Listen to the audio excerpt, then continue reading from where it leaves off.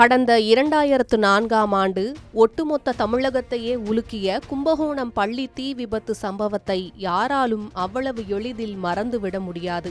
அந்த கோர விபத்தின் பிடியிலிருந்து நூலிழையில் உயிர் தப்பிய ஒரு 4ஆம் வகுப்பு சிறுமி இன்று தனது அசாத்திய விடாமுயற்சியால் TNPSC குரூப் 1 தேர்வில் மாநில அளவில் 15வது ரேங்க் பெற்று கிளாஸ் 1 அதிகாரியாக பதவியேற்க தயாராகியுள்ளார்.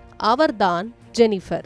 விபத்து நடந்த அந்த கருப்பு தினத்தை பற்றி ஜெனிஃபர் உருக்கமாக பகிர்ந்துள்ளார். அன்று பள்ளியில் முதல் மிட்டம் எக்ஸாம் நடந்து கொண்டிருந்தது. சத்துணவு அதிகாரிகள் ஆய்வுக்கு வருவதாக சொன்னதால் எங்களை மேல் தளத்தில் இருந்த ஓலைக்கூரை வகுப்பறையில் உட்கார சொன்னார்கள்.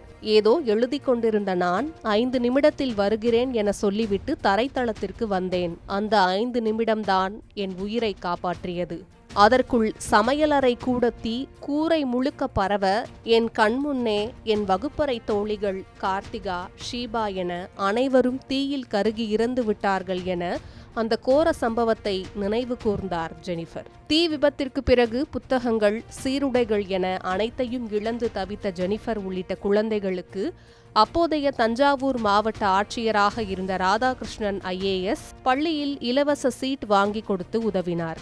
வழக்கு விசாரணைக்காக நீதிமன்றத்திற்கும் கலெக்டர் ஆபீஸுக்கும் அலைந்த போது ராதாகிருஷ்ணன் IAS குழந்தைகளை தன் அருகில் உட்கார வைத்து ஆறுதலாக பேசிய விதம் மற்றும் அவர் செய்த மனிதநேய உதவிகள்தான் ஜெனிஃபர் மனதில் IAS கனவை ஆழமாக விதைத்தன. பெரிய கோச்சிங் சென்டர்களுக்கு செல்ல பணம் இல்லாததால் குழந்தைகளுக்கு ஹோம் டியூஷன் எடுத்து அதில் கிடைத்த வருமானத்தில் புத்தகங்கள் வாங்கி படிக்க தொடங்கினார். கடந்த 2017இல் தொடங்கிய போராட்டம் பல ஆண்டுகால உழைப்பிற்கு பின் தற்போது வெற்றியை தந்துள்ளது.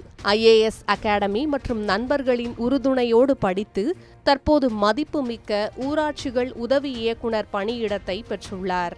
இந்த நிலையில் தற்போது தமிழ்நாடு மின்வாரிய தலைவராக பதவி வகிக்கும் ராதாகிருஷ்ணன் IAS ஜெனிஃபரை அவரது சகோதரருடன் நேரில் சந்தித்து நெகிழ்ச்சியுடன் வாழ்த்தியுள்ளார். இது குறித்து அவர் தனது இன்ஸ்டாகிராம் பக்கத்தில் அசாத்தியமான துணிச்சலையும் மன உறுதியையும் பிரதிபலிக்கும் ஜெனிஃபரை நேரில் சந்தித்து வாழ்த்தியதை ஒரு பெருமையாக கருதுகிறேன் என்றும், துன்பங்கள் ஒருவரது எதிர்காலத்தை நிர்ணயிப்பது இல்லை என்பதற்கு ஜெனிஃபரின் கதை ஒரு சக்தி வாய்ந்த நினைவூட்டலாகும் என்றும் பதிவிட்டிருக்கிறார். இந்நிலையில் தான் அதிகாரியாக பொறுப்பேற்ற பிறகு பள்ளிகளில் தீ பாதுகாப்பு விழிப்புணர்வை வலுப்படுத்தவும், கல்வி நிறுவனங்களில் பாதுகாப்பு கட்டமைப்புகள் முறையாக இருப்பதை உறுதி செய்ய முதலிடம் கொடுப்பேன் என ஜெனிஃபர் உறுதியளித்திருக்கிறார். தோள் கொடுத்த தாய் சுஜாதாவின் கனவையும் தனக்குள் விதைக்கப்பட்ட லட்சியத்தையும் நனவாக்கியுள்ள ஜெனிஃபரின் இந்த இன்ஸ்பைரிங் ஸ்டோரி சாதிக்க துடிப்பவர்கள் அனைவருக்கும் ஒரு மிகச்சிறந்த பாடம்.